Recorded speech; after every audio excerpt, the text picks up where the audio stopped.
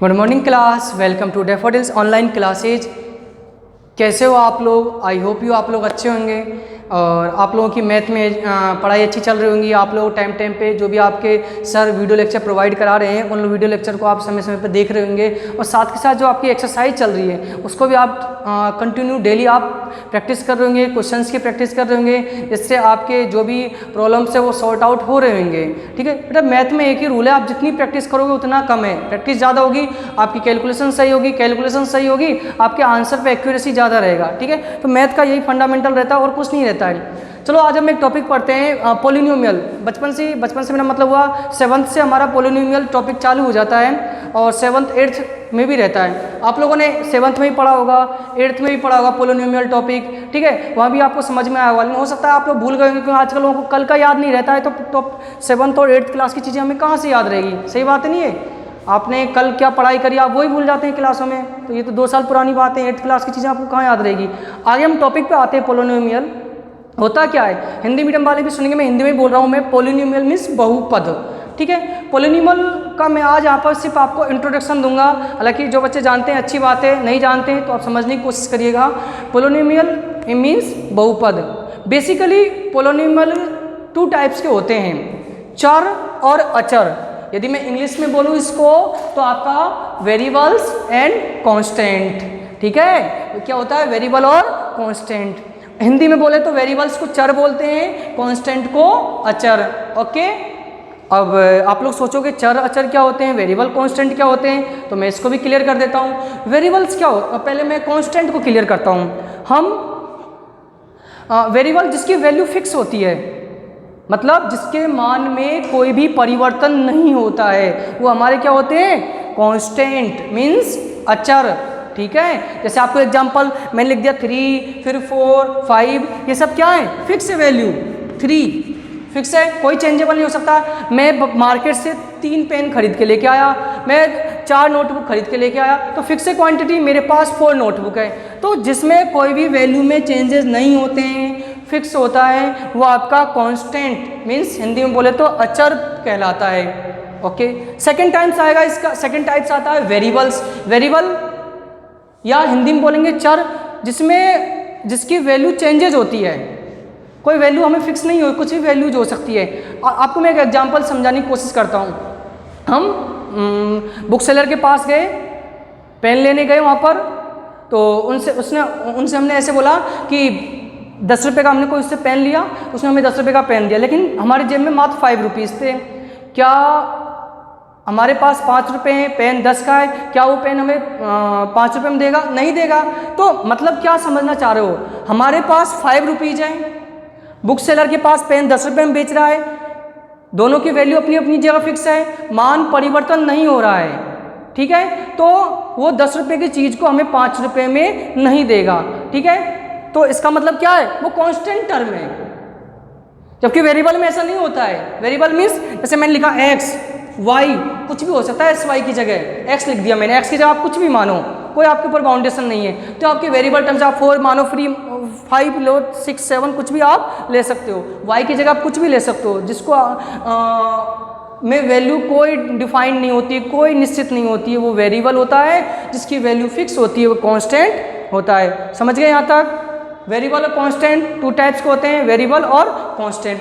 चलो आओ, अब जब वेरिएबल और कांस्टेंट मिल जाएंगे, क्या वेरिएबल और कांस्टेंट जब मिल जाएंगे, यदि हिंदी में बोलूँ तो चर और अचर जब मिल जाएंगे तो मिलकर एलजेब्रिक एक्सपेंशन बनाते हैं। एलजेब्रिक एक्सपेंशन यानी बीजीय व्यंजक, हिंदी वाले भी सुन लीजिएगा, बीजीय व्यंजक।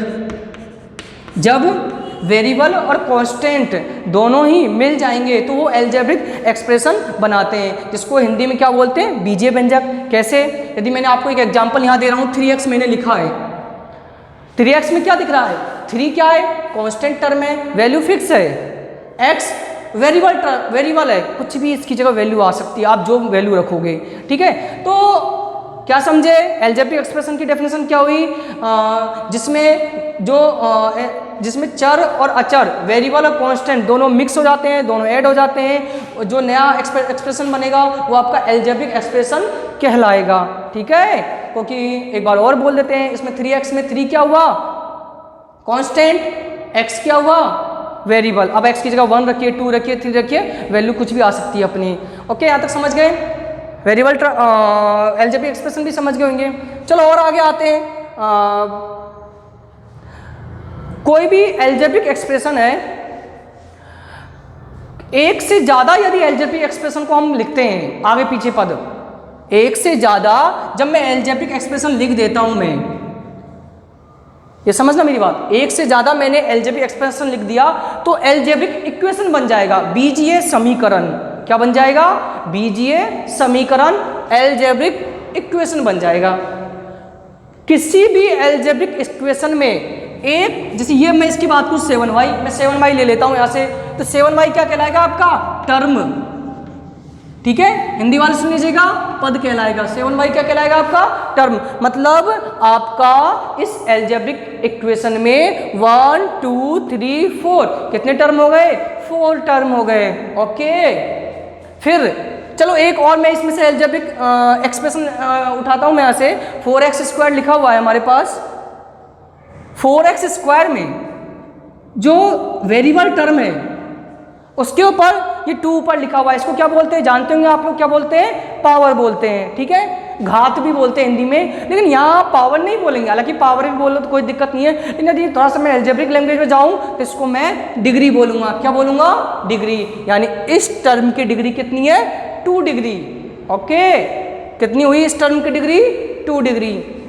चलो ठीक है, अब और भी मैं आगे जाऊँ। जो ये डिग्री होती है इसके बारे में थोड़ा सा बेसिक नॉलेज देता हूँ। ये हमेशा नेचुरल नंबर ही होनी चाहिए। यदि आप ऐसे लिख दो कि आपने लिख दिया 3√x, और आप लोग जानते हो √x की वैल्यू कितनी होती है? 1/2। तो इसका मतलब क्या हुआ? ये 3x की पावर 1/2। क्या ये पॉसिबल है? मतलब पॉसिबल से मेरा मतलब क्या इसकी कोई डिग्री है? तो आप इसकी डिग्री 1/2 नहीं बोलना है, क्योंकि मैंने पहले बोल रहा हूँ डिग्री हमेशा नेचुरल नंबर में ही होती है। ओके, तो ये 3x की पावर 1/2 है, ये इसकी डिग्री कुछ भी नहीं है। फिर आगे आइएगा, और जाते हैं पॉलिनोमियल में। किसी भी एल्जेब्रिक इक्वेशन में यदि वेरिएबल टर्म, क्या बोल रहा हूँ दोबारा सुनिएगा, किसी भी एल्जेब्रिक इक्वेशन में वेरिएबल टर्म यदि सेम हो, वेरिएबल चरपद यदि सेम हो, एक जैसा हो, जैसे मैंने एक इक्वेशन लिखा है 2x² + x + 5, यहां पर वेरिएबल क्या है? यहां भी x है, यहां भी x है, तो ऐसे पॉलिनोमियल को हम लीनियर पॉलिनोमियल बोलेंगे। क्या बोलेंगे? Linear polynomial. ओके, समझ गए यहां तक? और भी काफ़ी सारी चीज़ें होती है पॉलिनोमियल में। तो आई होप यू आज जो मैंने आपको इंट्रोडक्शन दिया यहाँ पर आप लोगों को समझ में आ गया होगा। वैसे नहीं आता है जिन बच्चों को, उन बच्चों को भी समझ में आ गया होगा। ठीक है स्टूडेंट्स, तो ये आप बेसिक चीज़ें थी। इससे पहले मैंने एक आपको वीडियो बताया था नंबर सिस्टम के बारे में, उसको भी आप लोगों ने देखा होगा और काफ़ी अच्छा समझ में आया होगा आप लोगों को। ठीक है, आज मैंने सिर्फ आपको पॉलिनोमियल का इंट्रोडक्शन दिया है। ठीक है, तो कोशिश करिएगा, वीडियो रिवाइंड करिएगा। मैंने बेसिक चीज़ें भी बताई है आपको, जहाँ पे आपको डाउट्स रहते थे, क्वेश्चन हालांकि आंसर नहीं आते थे, लेकिन आप समझ नहीं पाते थे कि एल्जेब्रिक एक्सप्रेशन किसको बोलते हैं, वेरिएबल किसको बोलते हैं, डिग्री किसको बोलते हैं, लीनियर पॉलिनोमियल किसके बोलते हैं। ठीक है, और आपको जैसे आपके मैथ के साथ जो वीडियो लेक्चर प्रोवाइड करा रहे हैं वैसे के वैसे आप लोग क्वेश्चन आंसर सॉल्व करिए, एक्सरसाइज करिए, ताकि आप लोग बोर्ड में जो हमारा मार्क्स आ सके मैथ में अच्छे से अच्छे आ सके। तो thank you students, thank you for attend this session and watching this video. Thank you.